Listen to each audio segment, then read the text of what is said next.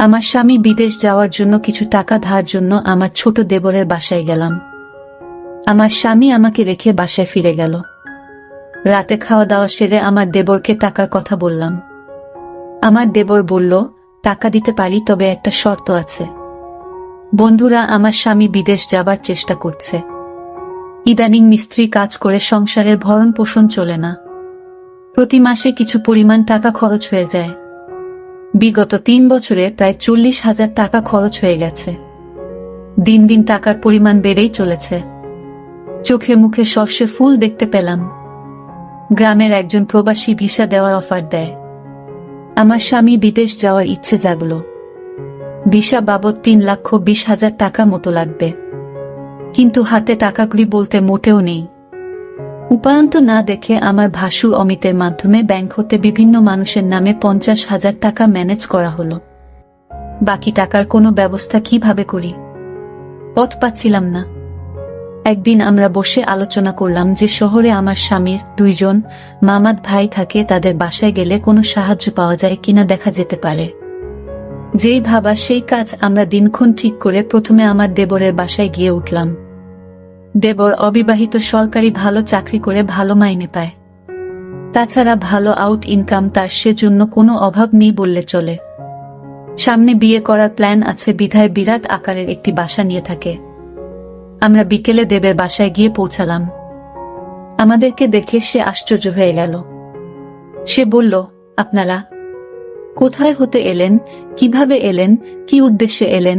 একসাথে অনেক প্রশ্ন করে আমাদেরকে বাসায় অভ্যর্থনা জানান।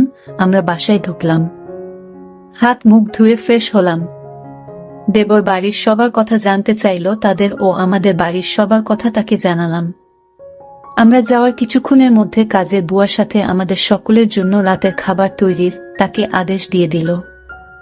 আমাদের উদ্দেশ্যের কথা এখনই বললাম না, রাতে খাওয়া দাওয়া সেরে বলবো, প্ল্যান আছে।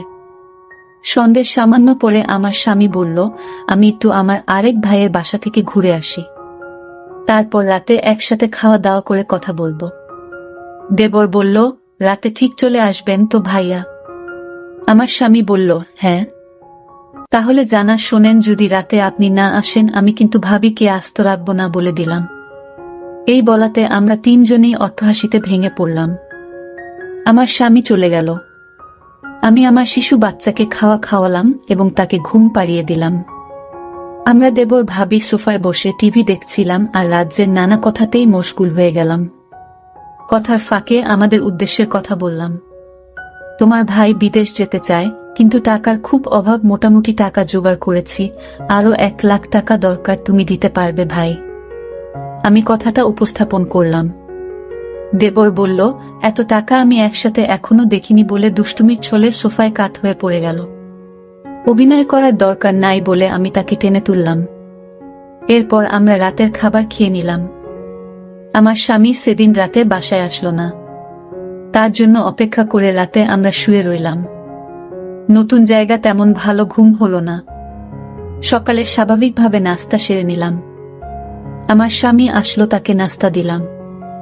আমরা চলে যাবার প্ল্যান করলাম। তার আগে আবার একবার দেবকে টাকার কথা বললাম। দেবর বলল, টাকা জোগাড় করতে আমার সপ্তাহানেক সময় লাগবে। কখন লাগবে তোমাদের টাকা? আমি বললাম, আগামী 10 দিনের মধ্যে হলে আমাদের চলবে। আমার স্বামীর দিকে লক্ষ্য করে বলল, তাহলে আগামী সোমবার তুমি আবার এসো, আমি কিছু টাকা দিতে পারবো।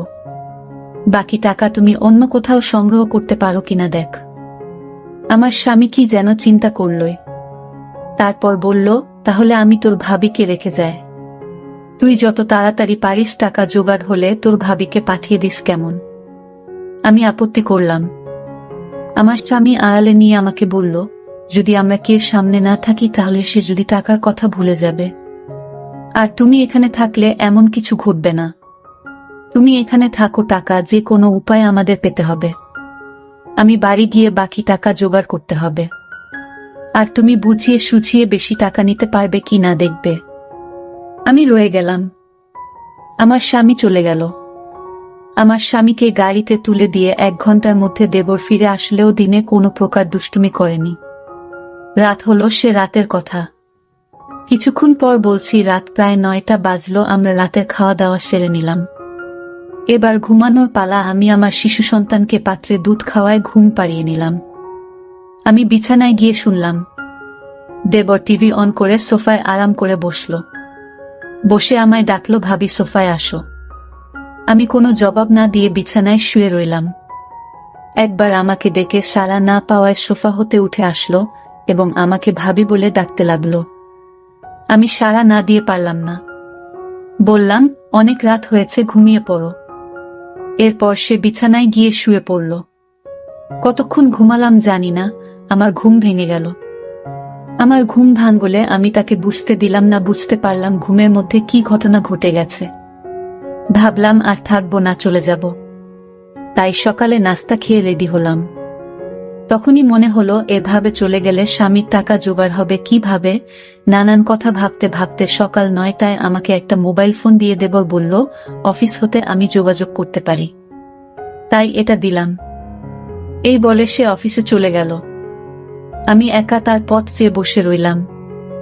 অফিসে চলে যাওয়ার পর আমি সম্পূর্ণ একা বসে বসে টিভি দেখছিলাম। দরজায় কড়া নাড়ল। দরজার পাশে গিয়ে জিজ্ঞেস করলাম কে। বাহির হতে জবাব এলো, আমি কাজের বুয়া খুলে দিলাম। ভুয়া পাক শাক সব শেষ করে আমার কাজ হয়ে গেছে বিদায় নিয়ে চলে গেল। আমি আবার টিভি দেখায় মগ্ন হলাম। বেলা প্রায় 1টা বাজলো। আমি স্নান করার জন্য প্রস্তুতি নিলাম। এমন সময় মোবাইল বেজে উঠল। দৌড়ে গিয়ে রিসিভ করলাম। ওপার হতে আমার দেবর বলতে লাগলো, ভাবি আমি একজন লোকের হাতে 10,000 টাকা পাঠাচ্ছি। লোকটা আমার খুব আপন, একটু ভালো করে মেহমানদারি করবেন। চা নাস্তা যা চায় তা দেবেন, কোনো কার্পণ্য করবেন না, বুঝলেন? টাকাগুলো আপনার জন্য। আমি ঠিক আছে বলে ফোন রেখে দিলাম। আমি আবার টিভি দেখার জন্য সোফায় বসলাম। টিভিতে একটা ইংলিশ সিনেমা চলছে। এমন সময় দরজায় কড়া নাড়ার শব্দ হলো। দরজা খুলে দিলাম। এ কি দেখছি! সম্পূর্ণ এক নিগ্রো মানুষ, প্রায় 6 ফুট লম্বা, হাতের আঙুলগুলো যেন আমাদের বাঙালিদের হাতের বাহুর মতো, যেমন লম্বা তেমনি মোটা। লোকটি বাংলায় বলল, আসতে পারি ভাবি? আমি হেসে বললাম, হ্যাঁ আসুন। লোকটি সরাসরি সোফায় গিয়ে বসল। তাড়াতাড়ি চা নাস্তা তৈরি করে তাকে পরিবেশন করলাম। সে 10,000 টাকা আমার হাতে গুজে দিল।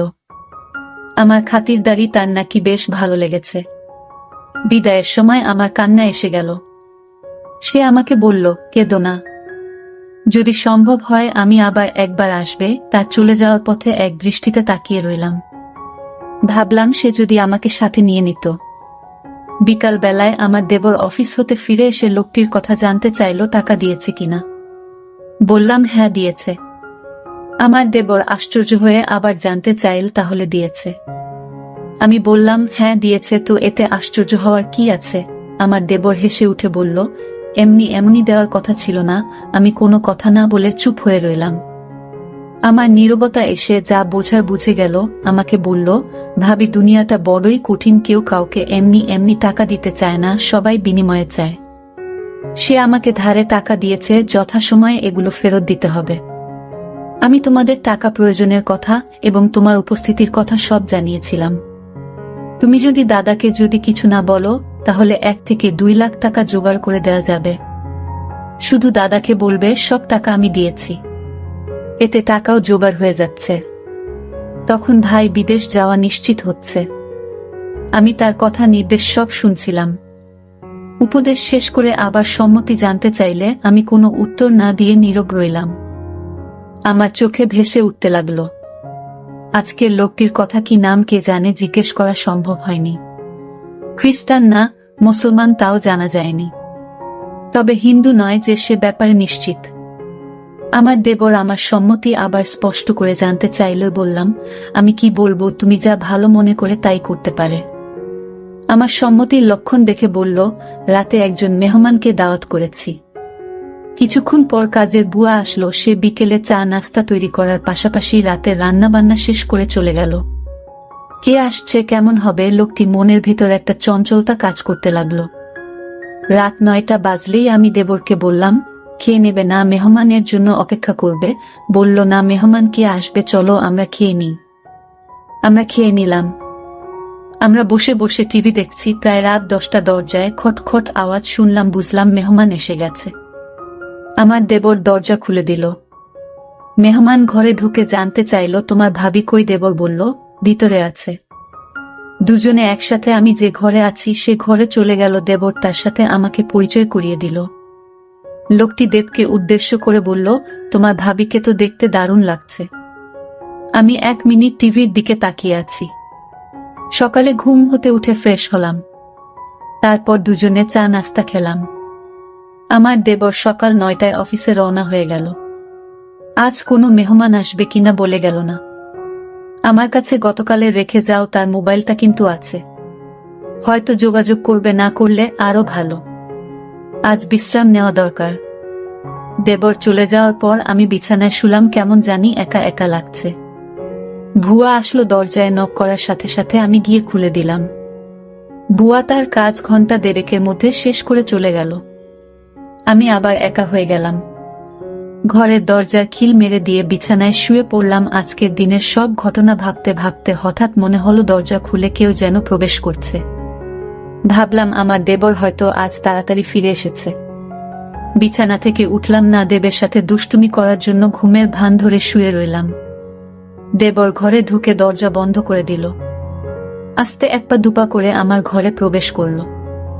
আমি আজ প্রতিজ্ঞা করলাম, আমি চোখ খুলব না। দেবরটা আমার ঘরে ঢুকে কোনো কথা বলল না। অনেকক্ষণ দাঁড়িয়ে থেকে যাতে করে আমি জেগে না উঠি। আমার কাছাকাছি বসো। চোখ খুলে আমি হতভম্ব হয়ে গেলাম। এ সম্পূর্ণ এক অপরিচিত এক লোক। আগে কখনো তাকে দেখেনি। আমি জিজ্ঞেস করলাম, আপনি কে? বলল, আমাকে কেউ পাঠায় নাই। আমি পাশের বাসায় থাকি এবং এই ঘরগুলোর মালিক। বাসা হতে বের হওয়ার সময় দেখলাম তোমার দরজাটা লাগাওনি। আমি ঢুকলাম। ভাবলাম একটু গল্প করে যাই। সে বলল, আমি তোমাদের সমস্যার কথা শুনেছিলাম। কি সমস্যা বলো তো? জবাবে বললাম, আমার স্বামী বিদেশ যাওয়ার জন্য টাকা ধার চাইতে এসেছিলাম। টাকা জোগাড় হয়েছে। তোমার কি সে আপন দেবর? না, আমার স্বামীর গ্রাম্য বাল্যবন্ধু এবং দূর সম্পর্কের চাচাতো ভাই। লোকটি হেসে উঠল। তাই? চিন্তা করো না, আমি তোমাকে সাহায্য করব। আমি এখানে একা থাকি, কেউ নেই। যতদিন থাকো আমি তোমাকে সেলফ করব। আমি এখনই টাকা দিচ্ছি। এই বলে বাসায় গিয়ে টাকা নিয়ে ফিরে আসলো। টাকা দিয়ে বলল, কাউকে বলবে না। মেঘ না চাইতে জল পেলাম। লোকটা বলল, দুপুর বেলায় আমাদের বাসায় এসো, তোমার সাথে গুরুত্বপূর্ণ কথা আছে। দুপুর হতে আরো 3 ঘন্টা বাকি আছে। অপেক্ষা করতে করতে যখন 2টা বাজলো, আমি আস্তে আস্তে 1 পা 2 পা করে বাড়ির মালিকের ঘরের দরজায় গেলাম। দরজায় চোখ রাখলাম, কিছু দেখলাম না। দরজায় আস্তে করে টোকা দিলাম, কারো জবাব পেলাম না। দরজায় হাত দিতেই দরজা খুলে গেল। ভিতরে ঢুকে দেখলাম সে তার রুমে শুয়ে আছে। আমি তার পাশে গিয়ে দাঁড়ালাম। আমায় দেখে খুশিতে হেসে বলল, তুমি এসেছ। লোকটা বলল, তুমি দেখতে আমার বড় মেয়ের মতো। সে দেশের বাইরে থাকে। কয়েক বছর হলো সে বাসায় আসে না। নিজেকে একা একা লাগে। লোকটা বলল, তোমার এখানে আর থাকার দরকার নাই। তোমার যত টাকা লাগে সব আমি দিচ্ছি। দুনিয়াতে এখনো অনেক ভালো মানুষ আছে যারা কোনো বিনিময়ে চায় না। অনেক দিনের জমানো কথাগুলো তার সাথে শেয়ার করে প্রায় ঘন্টা 2 পর আমি আমার দেবর ঘরে ফিরে এলাম। এভাবে আমার টাকা জোগাড় হয়ে গেলে দেবরকে বললাম, আমি চলে যেতে চাই। দেবর না বলল না। তারপরের দিন সকালে আমায় বাসে তুলে দিলে আমি বাড়ি চলে এলাম। কয়েকদিন পর আমার স্বামী বিদেশ চলে গেল। বন্ধুরা, আজকে বিদায় নিচ্ছি। গল্প ভালো লাগলে একটা লাইক দিয়ে বন্ধুদের সাথে শেয়ার করে দাও। আর এই চ্যানেলটি নতুন দর্শক হয়ে থাকলে চ্যানেলটি সাবস্ক্রাইব করে নিতে ভুলবে না নতুন নতুন গল্প পেতে। দেখা হবে আগামীকালের নতুন ভিডিওতে।